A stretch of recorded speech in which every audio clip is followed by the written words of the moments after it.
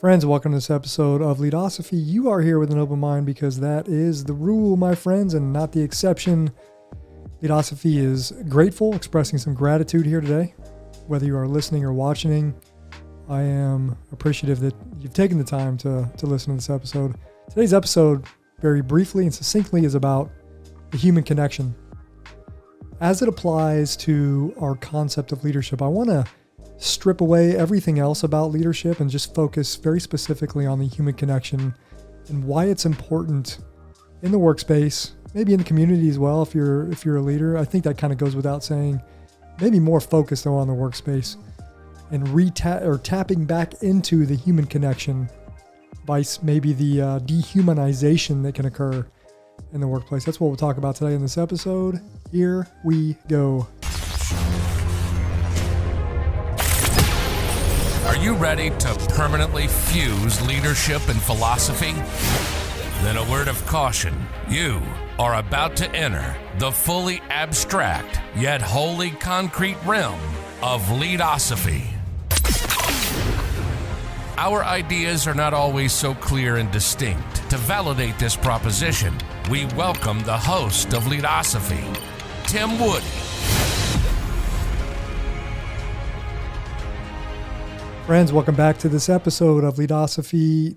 So today's about awareness and challenging and recalibrating our concept of leadership. I've talked about this recalibration process before. I talked about it in the scope and concept of organizational purpose, recalibrating the purpose. But today's about recalibrating the concept of leadership, focusing on one thing, maybe the core or the fundamental essence of leadership. And I'm not saying what we're going to talk about today, this idea of human connectedness, is the absolute essential part of leadership or the concept of leadership, but it is going to be for today's episode. And then after today's episode, we can talk about other concepts of leadership, which we've done in the past, but today I want to drill down just into this concept of human connectedness. So what do I mean? So I want you to dismiss the idea that leadership is about getting a group of people to achieve common goals. Right? This is what I mean by let's not focus on all these other concepts or things that make up our concept of leadership. So let's not think about that. Let that idea go. Shed that idea. And those images of achievement, organizational achievement, of team achievement. And again, it's not that collaborative achievements are not important. It's just that we are not going to focus on that today specifically. Or not at all, actually. I want you to forget that leadership is about having vision or a lofty mission statement, whatever it might be. Shed that. Let that idea just fall away. I want you to forget that leadership is about developing a philosophy of leadership or a leadership philosophy. And again, what comes with that, acquiring a constellation of technical skills and leadership skills. Let all that go. We're not talking about that today. It's not part of our concept of leadership, a part of our self-concept of leadership.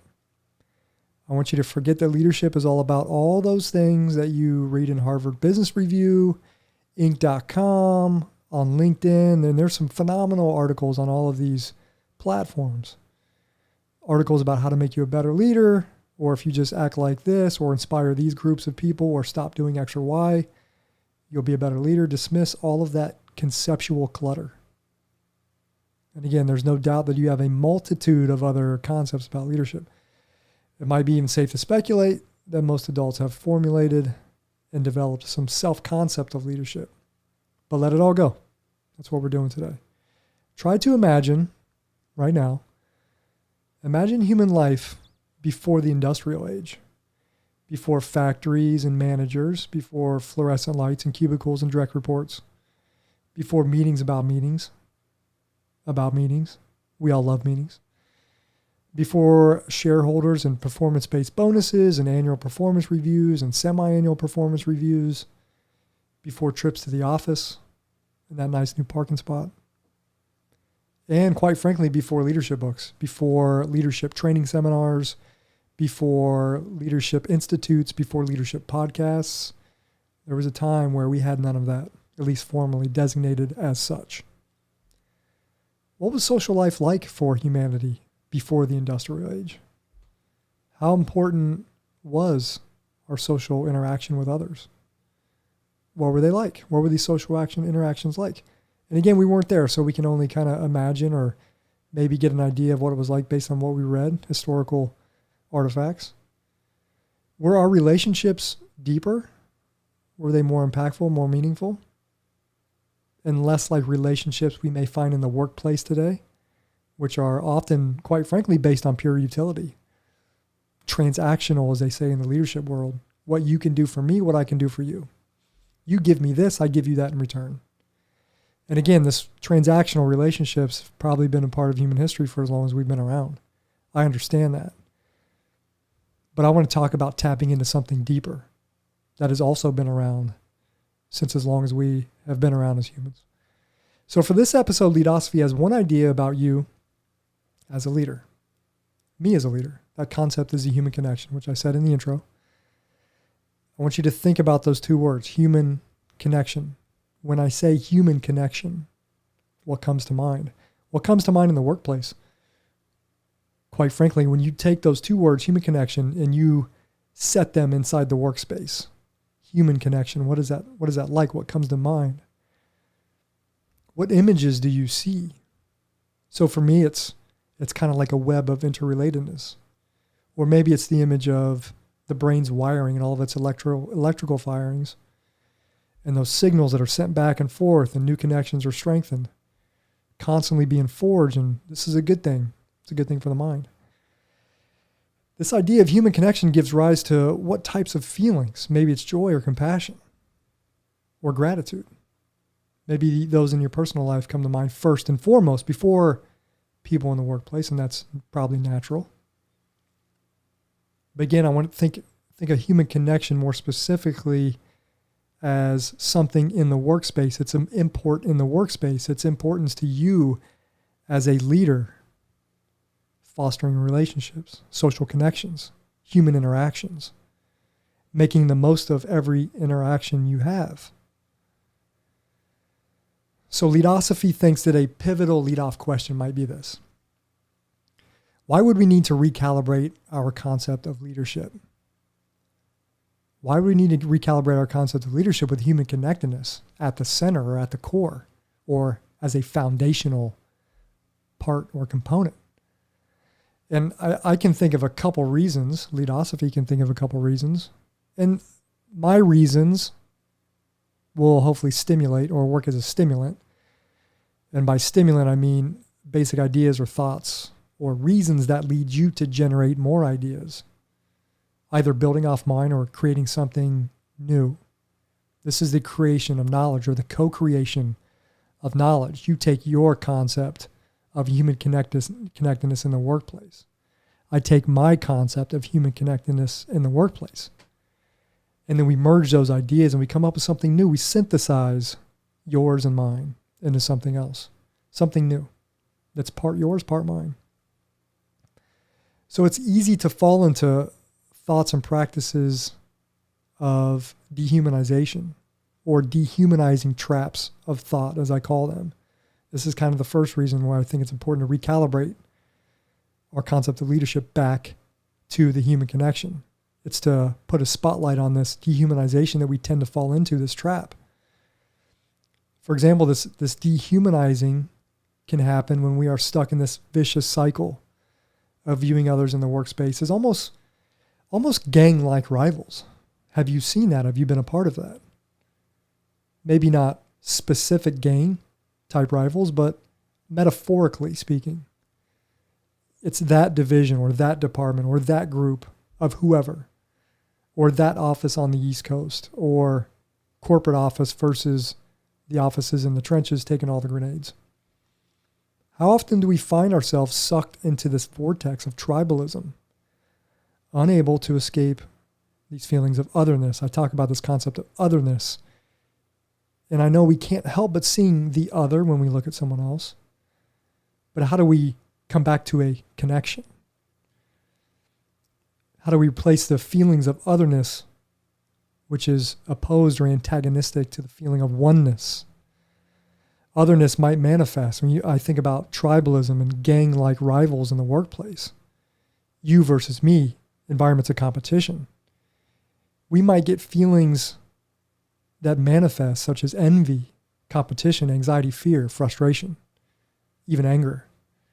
And again, hopefully these feelings aren't dominant in the workspace, but now is always a good opportunity, Leadosophy believes, to again recalibrate our focus back on human connectivity, back on how we might actually have more in common than not.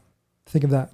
We actually might have more in common with someone next to us than what we choose to focus on, what we don't have in common. So another side of this dehumanization, and again, it's a little more subtle, maybe not quite as brash or sharp. We can fall into these mechanistic traps of seeing others as manipulative, say that 5 times fast, manipulative pieces on a chessboard. Cogs in the machine, or parts of the greater whole as means to some end. Again, kind of looking at other people surrounding us as having mere utility. That's all they bring something to the table in a transactional fashion. And again, not saying this, there's not good things that come from this. Obviously, we are daily engaged in transactions with other people. We need something from someone. They need something from us. Again, this has been around forever. But I'm saying we today we just kind of cut through that fog for a little while and focus on the human side. Going back to these mechanistic metaphors, pieces on a chessboard, cogs in a machine. These metaphors may have their time and place, again, like I said, in developing our concept of leadership and even followership. We often I've talked about on the show before about the parts in the whole and how they react to one another, how important they are to the whole, right? The whole is greater than the sum of the parts. These metaphors may even work to inspire others to work together. But again, this is not today's focus. Today is strictly about human connection, not pieces or parts or how we can use others to achieve something, X, Y, or Z. So why do you think it is important to recalibrate our concept of leadership around human connectedness, if only for today? Why do you think it's important? I kind of told you why I believe it's important, especially as a leader is concerned. It's bringing the focus back to how we tend to dehumanize others in the workplace, and we are dehumanized in return. And then flipping that around and going back to the human connection. Okay, we realize that we often dehumanize others in the workspace, and I am often dehumanized. How do we focus on the opposite of that? Bringing that oneness that Leadosophy talked about in the beginning, not otherness, but oneness. So the second question I have for a stimulant piece is, what benefits come from recalibrating our concept of leadership? Especially around this idea of connectedness. I can think of 3 points, and hopefully you can think of more. The first one is rediscovering the human side of the workspace. Again, everyone in the workspace are humans. Everyone is a human. They have goals. They have aspirations, hopes, fears, problems at home, financial challenges, the loss of loved ones occur, the loss of connection even. We've seen this with COVID over the last year and a half. We've lost human connections. That's my first point. Rediscovering gratitude. There's a lot. It's very common today. It's kind of back in the forefront, especially from a psychology standpoint, of refocusing, rediscovering this idea of what it means to be grateful. And again, here I imagine we are refocusing on being grateful for the human connections around us. Not just at home, but in the workspace. How much time do we spend in the workspace? Elbow to elbow with others. We are grateful for gentle conversations. We are grateful for difficult conversations, quite frankly. And when I think of difficult conversations, I'm not thinking of the ones that you just want to bang your head against the wall. I'm thinking about difficult conversations that challenge assumptions of one another, and they foster growth and new knowledge. I think it's being grateful for dialogue, for seeing someone smile when they solve a problem. And quite frankly, for eating lunch with a coworker, where you both laugh at things that have nothing to do with the daily workflow. That's gratitude for me in leadership and in followership. That's being grateful as a leader. And kind of to flip that around as far as leadership gratitude, be grateful that you are in the position to have an influence over human connections. If you are leading a large group of people, look at all the influence and impact you can have in a positive fashion. That's gratitude. Being able to make all those connections and sphere of influence that you have. Be grateful for that. Be grateful. And lastly, I think reconnecting with someone or establishing a new connection is why this might be important to kind of refocus our concept of leadership on what we're talking about today, this idea of human connection. And again, here I envision a human connection that might have fallen dormant, or a human connection that is troubled. Now might be a good time to re-engage, try a different approach to that, to reestablish that connection with somebody.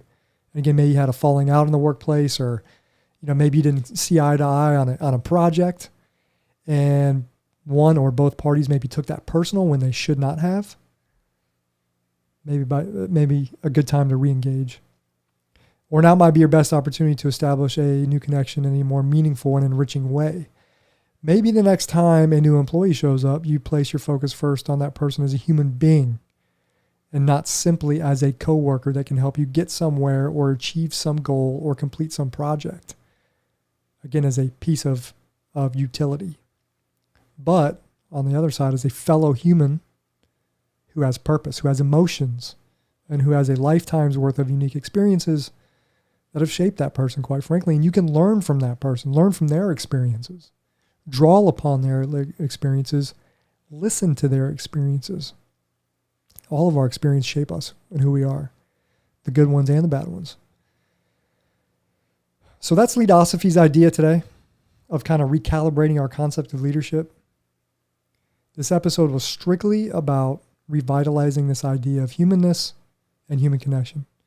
It was about expressing gratitude for our human connections and the vitality that follows from those connections. In the end, and this is very important, in the end, we are all human beings, which implies that we are social animals longing to be connected with other human beings.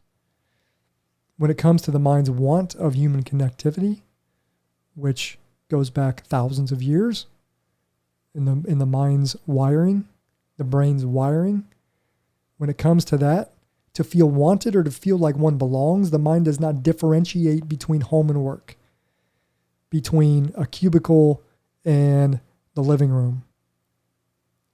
The mind is just a mind. It's wired that way. Human connectedness transcends artificial boundaries. Cubicles, fluorescent lights, parking spaces, the office, the home. Human connectivity and the human connection lies at the core of our existence. Leadosophy thinks this concept of human connectivity should serve as the core, or very near to the core of our concept of leadership. If we lose sight of human connectivity, and this is my final point, if we lose sight of human connectivity, then we might just lose sight of how others deserve to be treated, how they want to be treated, how you want to be treated. And again, it doesn't matter if it's at home or in the workspace. That's Leadosophy for today. Remember, Leadosophy is about using the tools of philosophical thought to deepen our understanding of leadership and of life. We'll catch you next time. Thanks for watching and listening to another episode of Leadosophy. If you liked what you heard today, hit that subscribe button and check out Leadosophy.com and learn more about Tim's ideas on philosophy and leadership. We'll see you next time.